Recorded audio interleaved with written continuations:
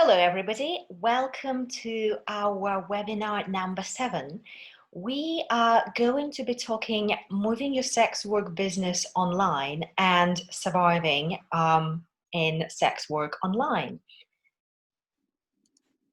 Before we start talking about that, we feel that it is important to highlight that not everybody can do sex work online. There are many barriers to entry, and the list that we have here is not even exhaustive. One of the main things that stop people from being able to move online is having basic things like a bank account or an ID, or even a permanent home address, or at least a recent bill to show. And all these things are required for you to be registered as a performer on most of the online sex work websites. Another thing that can be very difficult for sex workers to have is access to safe workplace. This is near impossible if you live in a hostel or in a shared accommodation or a refuge, or if you're just homeless. Sex work online is also not the thing that's easy to do for people who live with their family, especially if that's children. And another barrier, especially for migrant sex workers, is language. Language is obviously important in any type of sex work. However, online sex work relies more heavily on your personality and being able to promote yourself and market yourself. And that is something that's difficult to do without language of the clients that you're looking for. Obviously, many people will have privacy concerns, being outed to family and friends, or losing your day job over being outed as a sex worker online are serious issues. I don't know why I'm laughing about it. Another thing that can stop many people is digital security measures.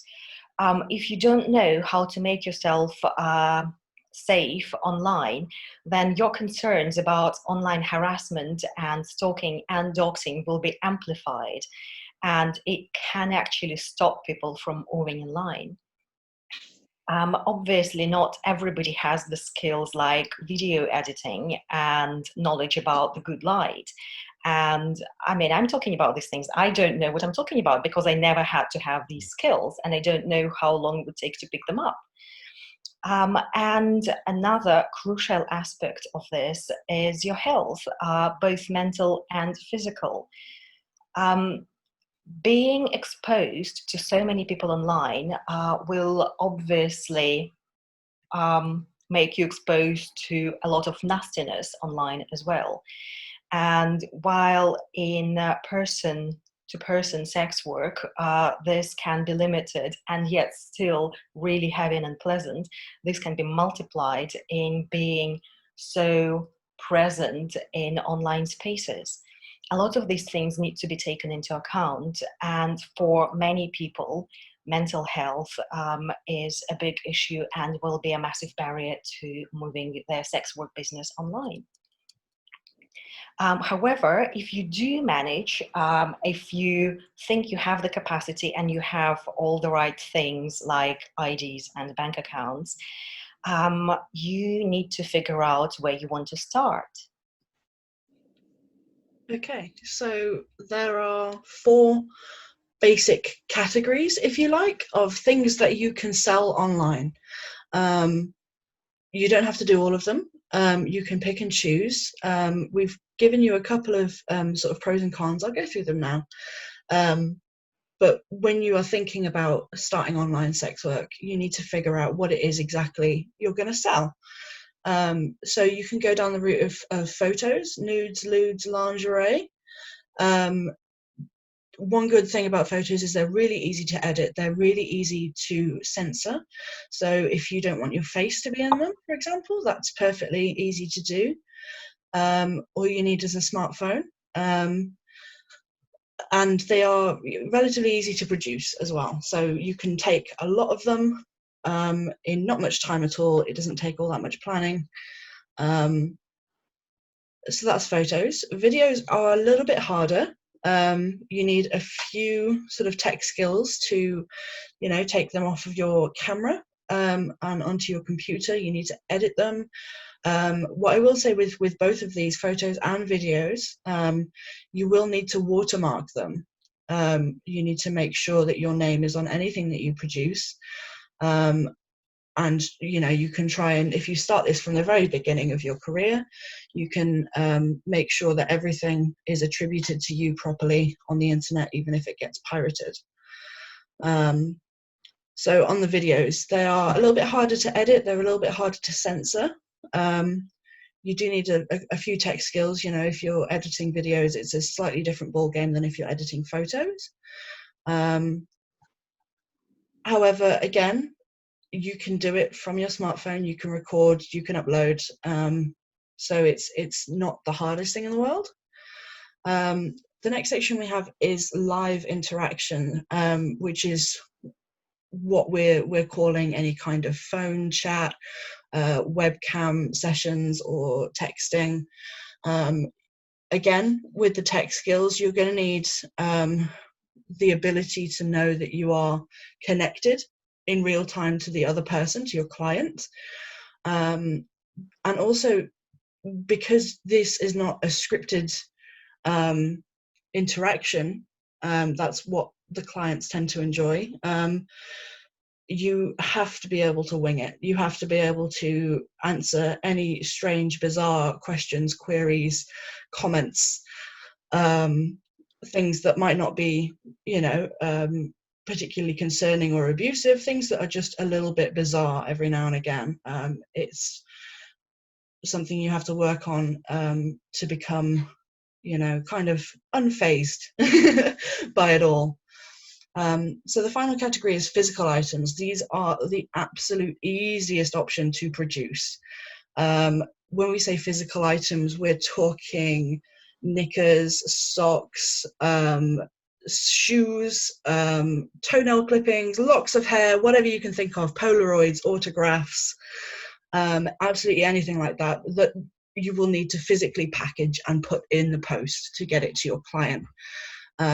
So you will have a few costs, and you will need access to a local post office, but they are the easiest thing to produce. We'll talk a little bit more about them, all of these options a little bit later on, but these are the very basic things that you can do. So when you're starting up, you need to consider how easy it is for you to produce these things, these pieces of content. You need to be consistent. You need to be able to have a consistent sort of schedule, so fans will know when to look forward to new stuff from you. They'll need to know when you're going to be on cam, or when you're going to be on the phone lines, when your next video is going to be released. Okay, carry on.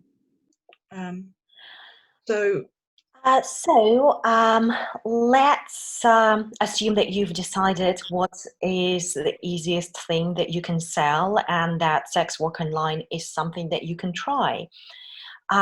It's important to take other things into account. There are pros and cons to any type of sex work, and here are some of the things that we came up with when it comes to sex work online.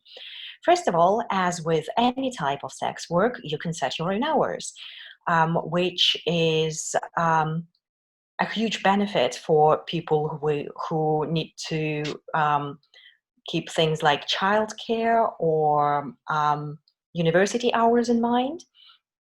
Another huge benefit is you can do it from the comfort of your own home. You don't even need to leave your own home. There is no commute. There is no extra money involved in paying for getting from point A to point B. Again, as with any other type of sex work, you can do as much or as little as you can. And if you wake up in the morning and you feel good, you can spend the whole day working. If not, you can take a day off. Easy money, yes, we'll talk about the easy money question. A huge benefit here, unlike in in-person sex work, as you can make your content in advance and then release it as and when you feel appropriate or needed. You obviously, being in the comfort of your own home and not facing anybody in person, run a far reduced risk of physical assault. Also, selling content online is less stigmatizing than other forms of sex work, specifically street-based sex work or any other in-person sex work. Sad as it is, there is a lot of hierarchy out there, and if that makes you safer, then power to you.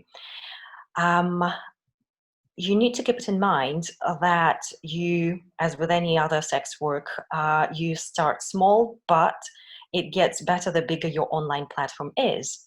And, look at it in a positive light. You get to be sexy all over the internet. What's not to like about that?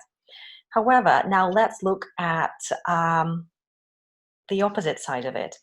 You can set your own hours. Yes, that's true, but it also means that you need to be consistent, and it might take a lot of willpower, as well as you might have to deal with a lot of guilt when you feel that you're unable to work. However, you're still at home, and I know that a lot of sex workers will have this guilty feeling of, well, I could actually be making money right now. You can do it from home, yes, but it's not that easy. It means that you have to navigate a lot of other things like your childcare or your children or other people that you live with, as well as, we always have to deal with our own procrastination. I can work from home, yes, but then I wake up and the next thing I know, it's already midday and I'm still in bed. This is something to keep in mind if you work from home. You can do as much or as little as you can.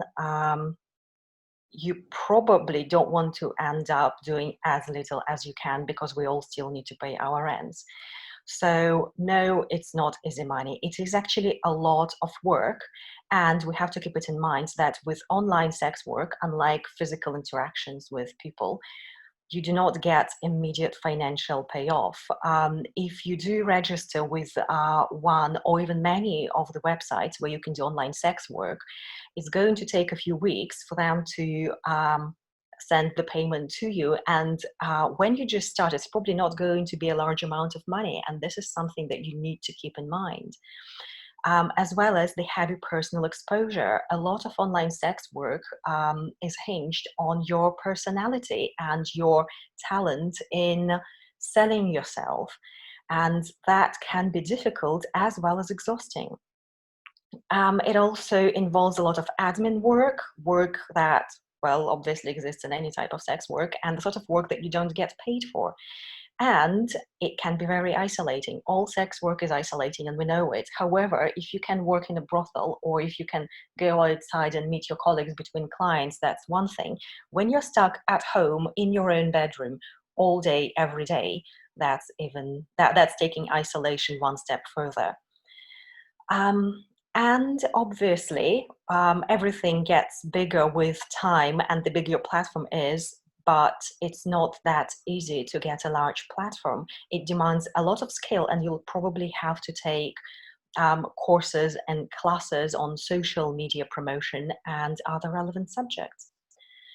And also think about it, you'll probably be naked on the internet and it will be there forever, as well as you will be interacting, and like in-person sex work, you will be interacting with people who you can't see, and you have no control over their actions.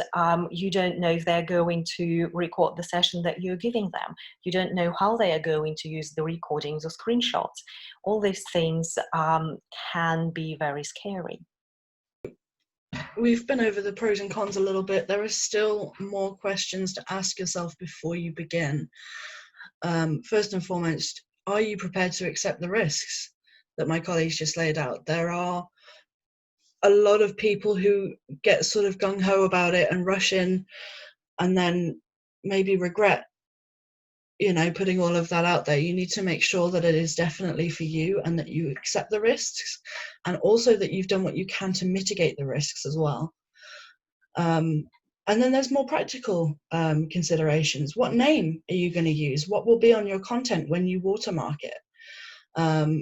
It's generally accepted to use a stage name and a stage persona in sex work, so it does not have to be your real name, and it's in fact recommended that it's not your real name. But then that brings on the question of what name's going to be on your payment apps or on your bank accounts. You know, you need to figure out how you can protect your real identity.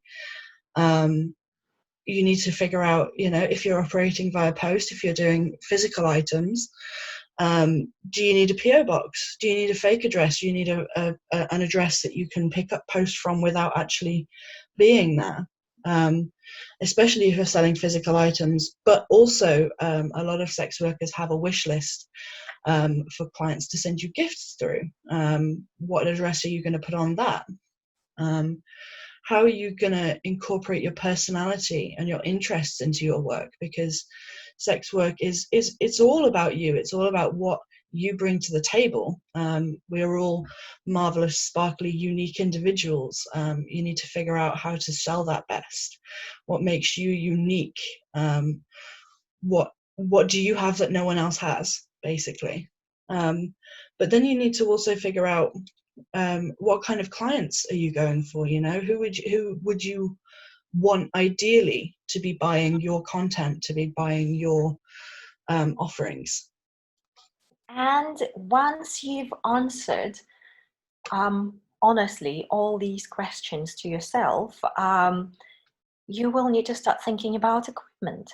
One of the basic things is obviously consistent internet access, but you will also need a webcam or a camera or a smartphone, basically something to make a photo of yourself or a video. That's even better. And it probably can't be just any smartphone. It probably has to be a smartphone with a better camera, so a smartphone that costs more. You need to think about lighting, maybe invest into some artificial lighting. Think of things like tripods or stands for your phone or selfie sticks, as well as maybe a better laptop. And, you know, the fun things like clothes and sex toys. So when it comes to physical items, we've talked a little bit about this. You can sell pretty much anything you can imagine that you can put in an envelope and post.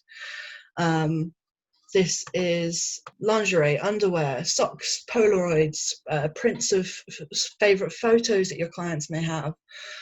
We've had people sell bath water, toenail clippings, anything you can imagine. So there are a couple of things you need to know about this. First of all, you can charge more for extra days wear or for wearing during a particularly sweaty workout. That's perfectly fine.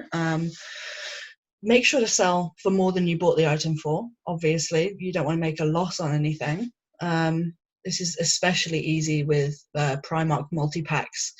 You know, you can buy 5 for £5 and then you can sell them for £15 each. So you can turn a profit quite easily this way. Some clients will ask for bonus content. Basically, they'll ask for photos or videos of you wearing them. You can decide whether or not you want to do this, obviously. As with any sex work, what you do is what you are comfortable doing. Never let anyone try and push you into something you're not comfortable with. So the rationale kind of behind people who wish to buy these kinds of items is they are scent fetishists. They want to smell you. So when you think about packaging, you need to be looking at Ziploc bags. Maybe once you get established, you could get maybe like a vacuum sealer. That would help a lot to maintain the scent inside the package. Other safety tips: make sure not to include a return address. Make sure that it is not your address. You know, if you have a PO box, you can put that as a return address, that's fine. Otherwise, you'll need to take a photo of the package before you send it to the client, and also get proof of postage from the post office, which again, you can take a photo of and send to the client, so you have proof that you did send it if you ever get into the situation where it doesn't arrive with your client. So the next one is selling live interactions. So again, you can work directly or through a site in order to do this. And many of the same pros and cons apply.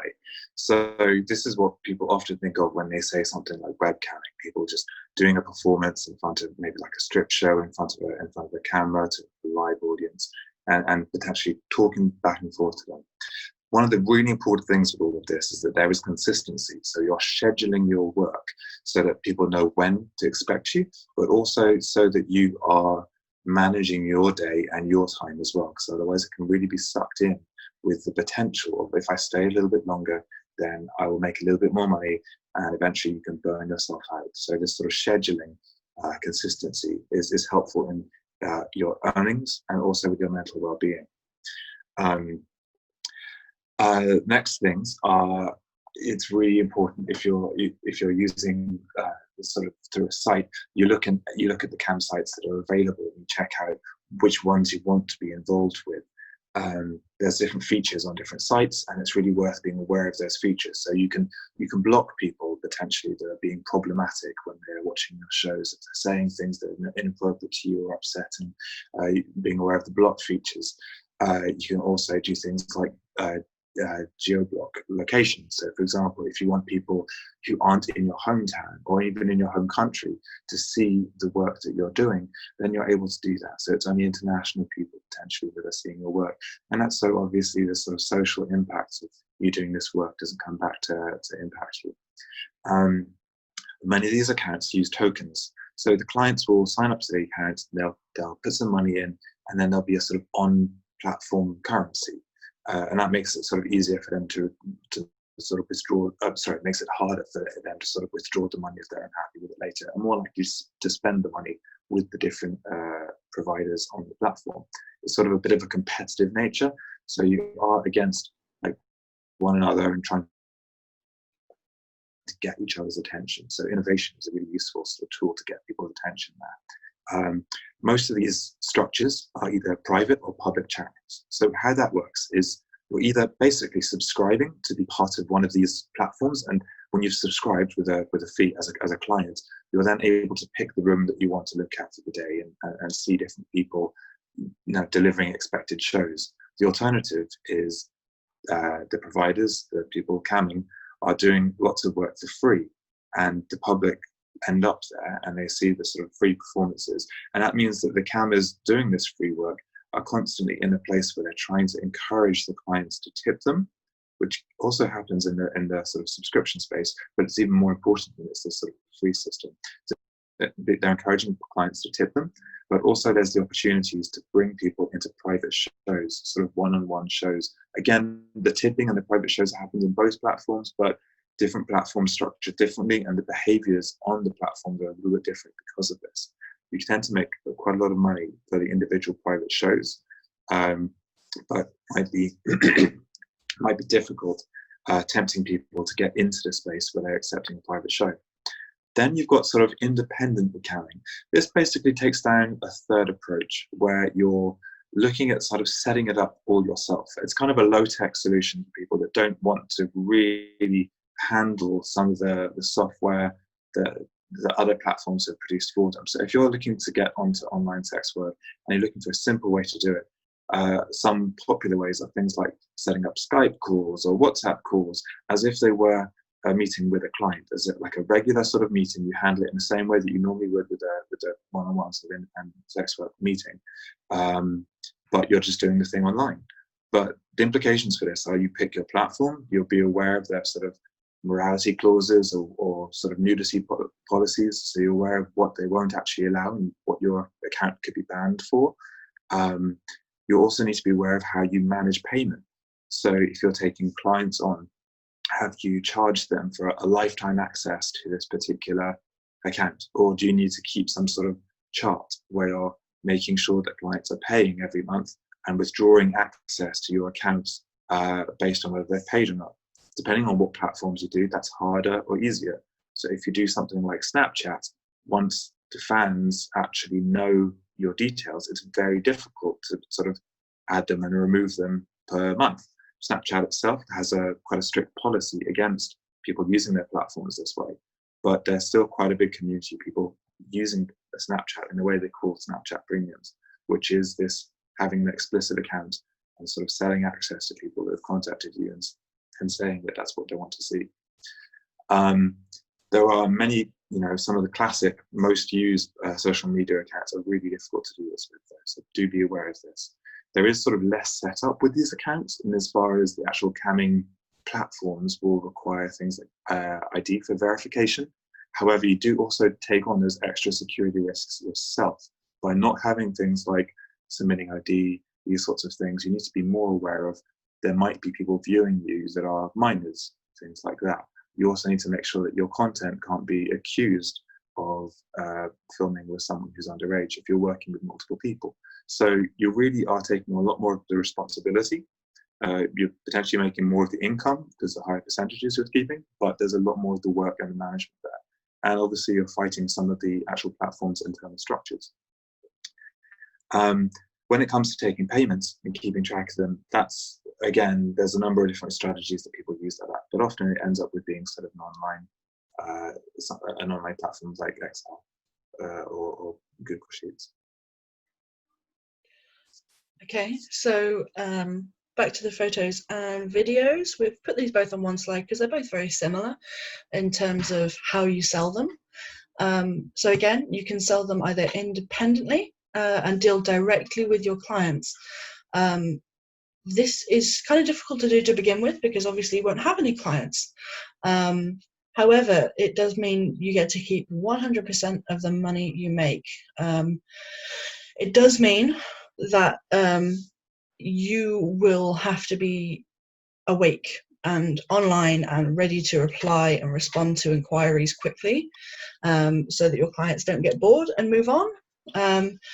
However, you will also find yourself having issues perhaps with reliable payment processors. So a lot of the payment processors, Cash Apps and Venmos and PayPals and what have you, they do not like sex work. They will take your money if they find out you're doing sex work, and they will not give it back.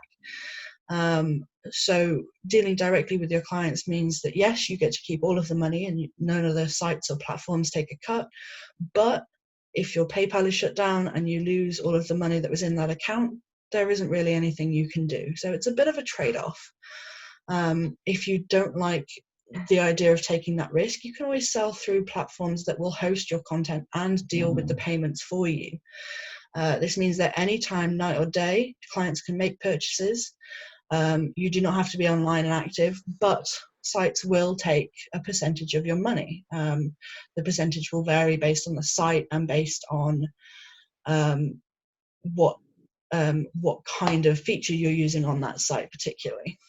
As a general rule, if you can host photos on a site, you can also host your videos alongside them. Photos generally work best if you're working with like a subscription site or a Snapchat premium account. However, there are sites that host only video content. You're going to have to do your research if you want to sell both formats on one site. There are a few that do it. But otherwise, you're going to have to come up with some kind of trade-off with the platforms that you decide to use. You're going to have to look at all of their features and decide what it is you want to use now and what you might want to use in the future. When you're more established, if you want to start off just selling photos, that's fine, but do you have a plan or an idea of where you could maybe sell your videos if you decided to branch out? It's a lot of research on a lot of different sites. So there's another aspect of photos and videos, and they're often, it's kind of its own culture at the moment. It's the culture of content creators. Sometimes you'll see them as like fan sites or sort of subscription to fan sites. These are the sort of terms that circulate in this culture. It's around, basically, it's around sort of an adult version of social media. So if you picture something like Twitter, imagine that it was just, well, I know Twitter has plenty of porn in it, but imagine something like Twitter full of porn, and the sort of viewers are paying to access that material, and they're paying per month, and you're continually adding to your news feed the content. This is the sort of content creator sort of space. So there's many sort of strengths and weaknesses to these platforms, and you really do want to have a look at each one, because percentages that the company takes your subscriptions vary across the different platforms, but also there's different rules for different spaces. So, for example, some of the platforms have quite tight banned words. So things like one of the very popular platforms for this is OnlyFans. And there's words like asleep and young and custom requests and escorting. A number of these words will mean that your account will be frozen. And often the customer service in these sort of different platforms varies radically. So it can be difficult, different platforms sort of fixing or finding a solution to this. I mean, a lot of these platforms don't take in client needs that don't sort of support that. A lot of them are sort of American based or international, and they just want to make sure it's a space where people are just putting online content out there. So do be aware of all of this. It's not a very easy place to arrange in-person meets through. In fact, it could just jeopardize your online accounts and income there. Another one of the big ones with content creators, it's the collaboration element. So there's sort of WhatsApp groups and whatnot of large groups of people who do this, and they find each other, and then they find out a good time of when they want to film together, and then each person will take a copy of the film, put it onto their site, and make money from that. The thing is, when you're doing this, it's really important to have a content share agreement. Just like if you are filming porn and you're sort of signing a sort of consent form with that, it's really sort of important. Similarly, if you're filming this yourself with other people, that you establish who is taking what and making sure you're protecting your rights within that. It's important that you take a copy of their identification, the person you're filming with, and I'll explain more about why in a second. But you take it, and you're going to make sure that you need to take. You're storing it sort of GDPR compliantly. So that might be having a cabinet and keeping this copy of it in paper form, maybe in a locked cabinet if you're sort of wanting to do things in a low tech sort of way. You want to make sure you have a consent form, and you each sign a consent form for one another, allowing the other person to share the content you create together onto these platforms. You want to make sure in that content agreement that you're allowing the other person to also share the identification that you've given them and they have given you along with the content, because otherwise many of these platforms will not let you submit the file, and in fact they'll more likely just close your account. So the consent forms are needed, identifications are needed, sometimes they need extra photos which show you sort of holding up your identification up next to your face. So be aware of that and the sort of potential data security concerns that people have. So it's something to be aware of with who you're filming as well. Next, you want to be aware of how you're using the content. So for example, there's on Pornhub, there's many ways of generating income from how you put content out there. You could have it just similarly to YouTube. You could put content out there and people make income off the advertisement. That means actually watching the video itself is free.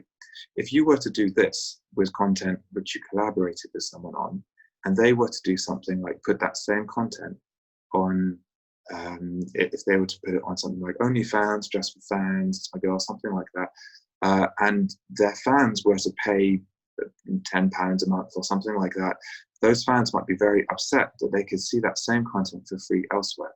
So it's really important that you have conversations with one another so that you're respecting each other as professionals and making sure that you're able to protect that ongoing relationship as professionals and continue working, because a soured relationship can impact many, many people interacting with one another as collaborators. Other parts of the community, there's like for like and share for share. These are things that you see quite frequently in these large WhatsApp groups of people trying to find collaborators. Like for like is the idea of going to the other person's account, and literally they might give you access to their account for free through sort of trial links, and then you just like a lot of their work and they will do the same to you, and that way it increases your like numbers, and that means that potentially clients will look at your work and think, oh, this is popular, which can in hand increase sales. Share for share is sending a recent post of yours, maybe like a video of you doing something and some messages about why people should follow you, sending this to another collaborator for them to post and them to do the same for you for an agreed duration. And the idea is sort of cross-pollinates the fan bases for one another, because the fans tend to sort of travel from different provider to provider. So actually this sort of transition is something that seems to help people across the long run. So as far as the sex workers online, so that's something that's important. So actually finding out where these networks are, so you can be involved and be able to find people that you're happy to work with, and sort of respecting agreements with one another is really important for that. Next, if you're handling many different platforms, you want to make sure that you're doing it in a way which is good for yourself and your mental health. You might find that actually handling many platforms, because there's many out there, is actually quite stressful, and you would rather be exclusive to one platform. And some of these platforms give you better rates for doing that. So things like, first one that comes to my head is like X videos. I know it has a slightly better payout rate if you're only working for them. So a number of these platforms have these sorts of agreements, and so see if that's right for you. See if it's actually not right for you, because leaving money on the table on other platforms might mean that other people, that potentially not even people with good incentives or anything like that, might put content they found of yours on those platforms, and you might not see that money. I mean, the actual adult film work is full of people pirating content and putting it online and making money where they can, and that's often just by civilians just trying to do a little scam there.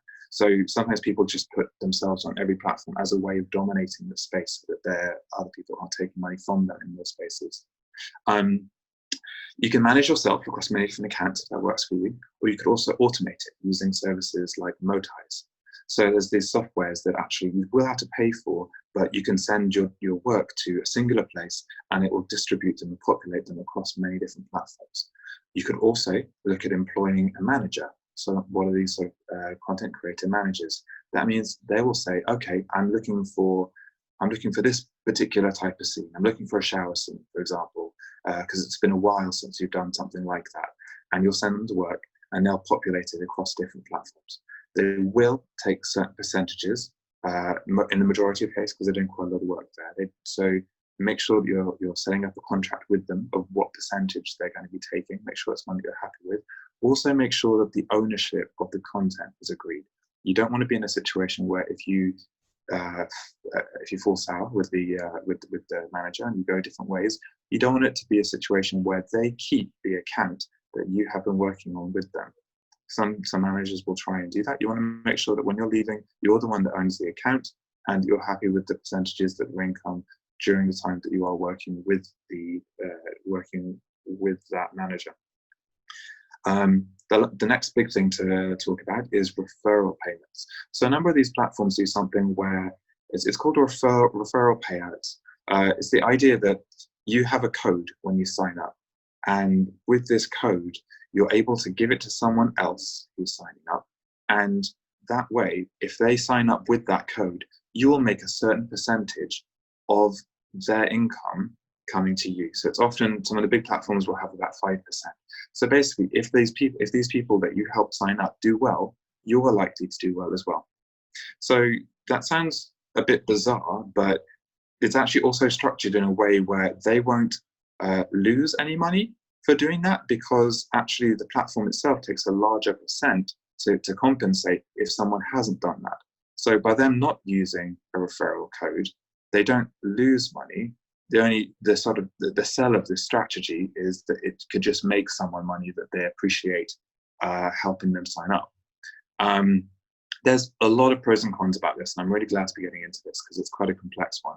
So some of the pros are, doing a structure like this means you've got income coming in, even on the days when you're unable to create content yourself. So if you've got sick day pay, potentially you're also a retirement strategy, because you have all these 5%, maybe you've helped many people sign up, and that means that actually you've got these incomes coming in, even when you want to leave and stop doing the work yourself.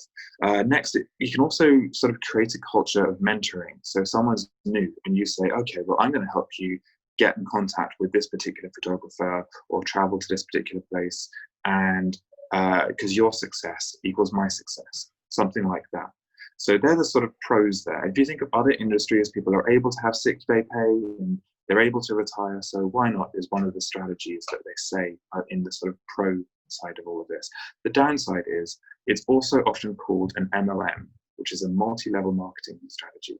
That's sometimes also called a pyramid scheme.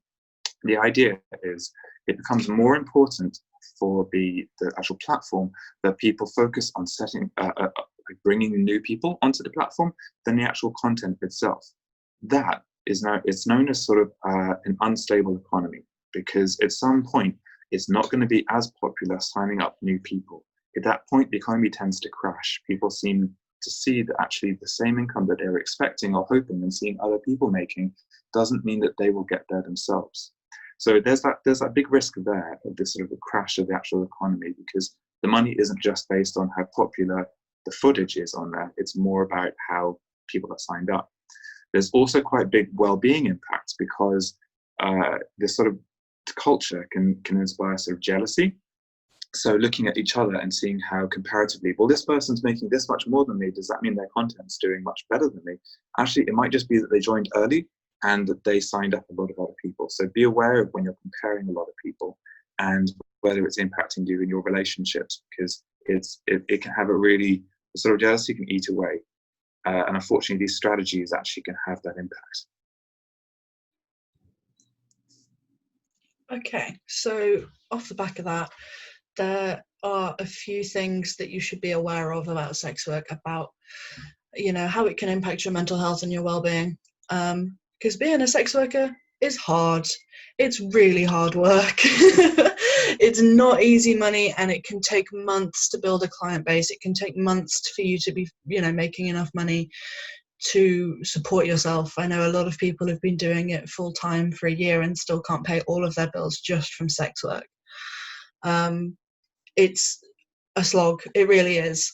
And it can be lonely. You know, in most of the jobs, you know, you have work friends, you know, you have people who you can vent about your manager or your boss or your customers, you know what I mean? There's always someone that you can talk to.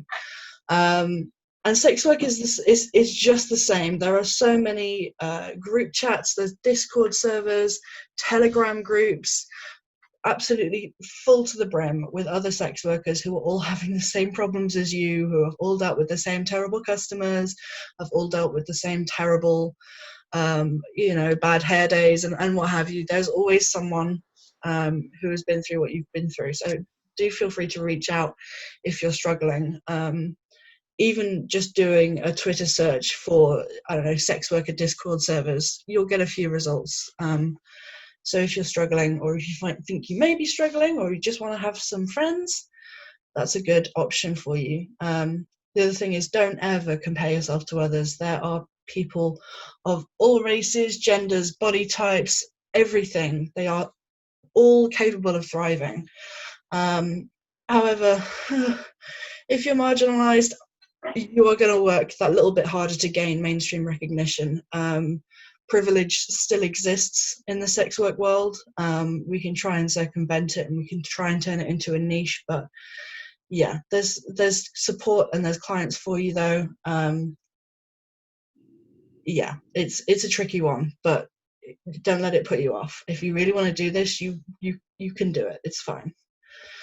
The other thing is you need to learn how to manage social media like a business. You need to avoid trying to get in arguments. You want to try and avoid the drama, partly because it can harm your mental health, and partly because if you're spending all your time on Twitter having arguments, you're not doing your job, are you? You're not making content, you're not putting it out, you're not talking to clients. So it can impact your business that way.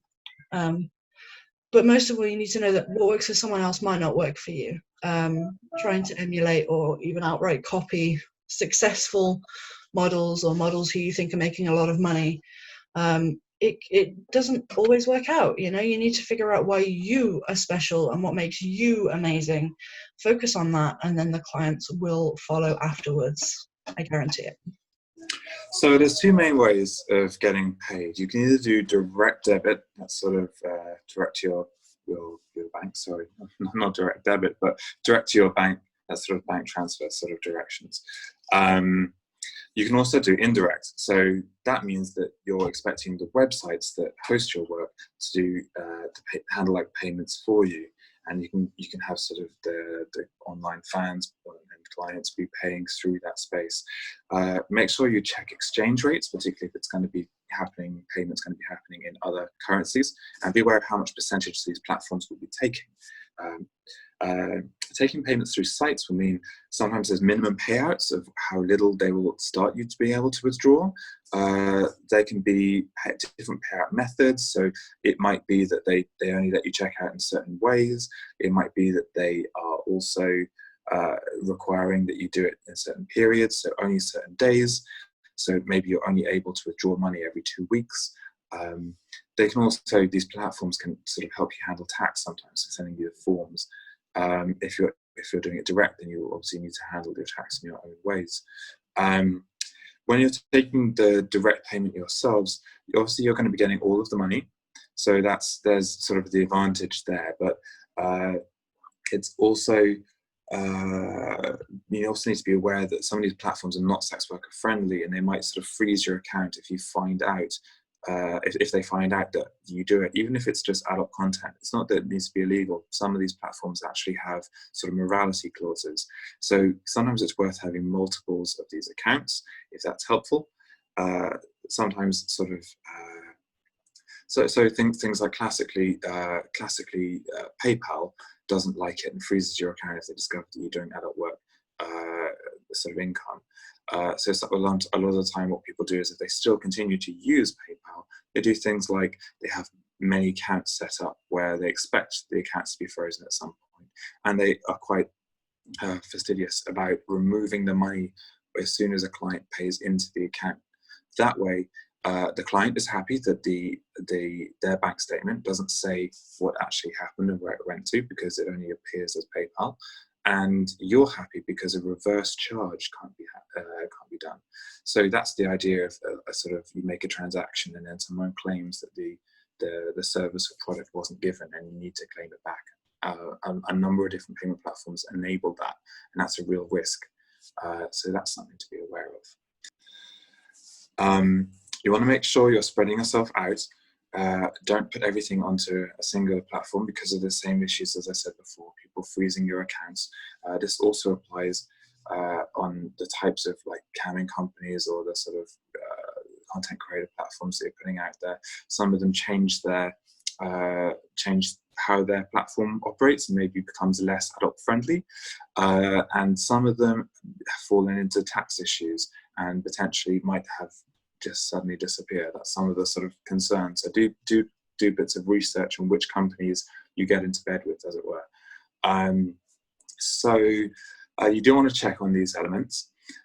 You might also look at setting up your own company. So if you're doing direct transfers, you're going to make sure that you are doing ways that your name isn't getting to the client. So one way that people do that is they set up a company, meaning that when there's a transaction, then you'll see more of the company name. But it's worth always experimenting with this and seeing what actually does appear on the bank statement when the transaction is completed. Sometimes people do things like they set up a bank account and you take a wage from it yourself, and that way you're able to sort of avoid some of the income stigma and the issues when people say, like, where does your income come from? Can you show me a bank statement? You need to rent somewhere. You can avoid some of those issues at the same time that you might be having extra implications of paying extra tax, something like that. Future-proofing your business as sort of censorship increases, there's a high expectation that cryptocurrency is going to become more important to the adult sector, particularly as even like the sort of tracing elements of how transactions happen and these sorts of work get harder. Cryptocurrency means that the user can feel potentially more comfortable that it's not going to be publicly outable very easily about that they've paid you for these sort of services. But also cryptocurrency makes it very difficult to do like a reverse charge, which is that thing I said before where someone says, oh, I didn't get the service, and they expect the money back. There's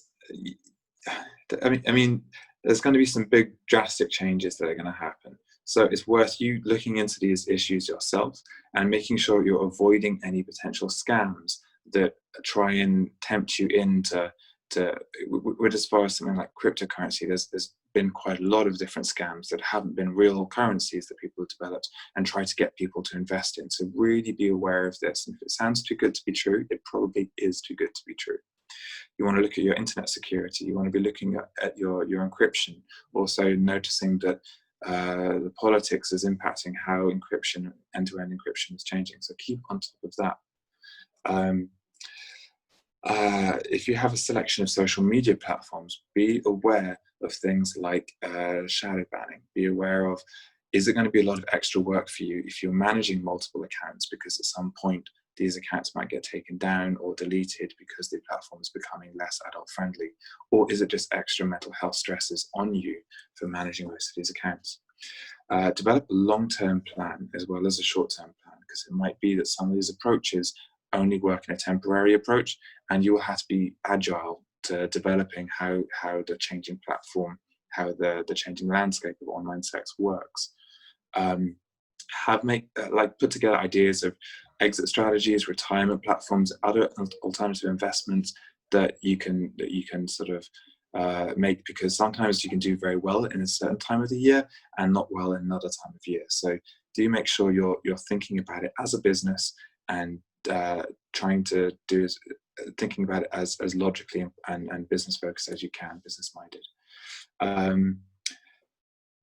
The thing is also that your content creation, if you're being, for example, a content creator, sometimes it's not necessarily sustainable, as in like you burn out energy wise. You need to do something that you like enough that you can consistently produce an a certain amount of throughout the week, and you're not going to burn out, and your customers are actually very happy continuing to see. Next, I'm going to cover a few scams that are things to look out for.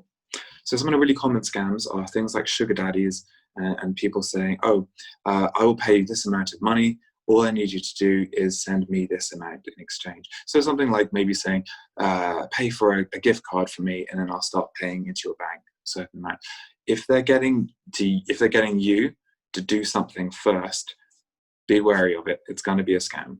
Like if it's an independent client and they're saying, I just need this for verification, if I just need a photo that you can take naughty photos, something like that, they are trying to get something out of you. So be aware of this. Just don't give away things for free, particularly if it's someone who just feels entitled to be able to ask that of you. You need to start up a relationship where you're the one holding the cards in your hand. Don't let clients pay you later. Make sure that you're getting paid for the work that you're doing.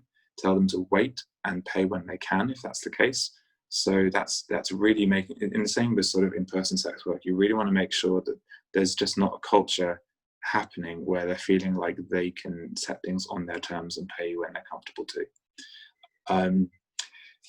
Even if a client sends a screenshot of a payment, that does not mean that they completed the payment. Make sure until you've got the notification, or however it is that you check in your bank, that the payment is in there.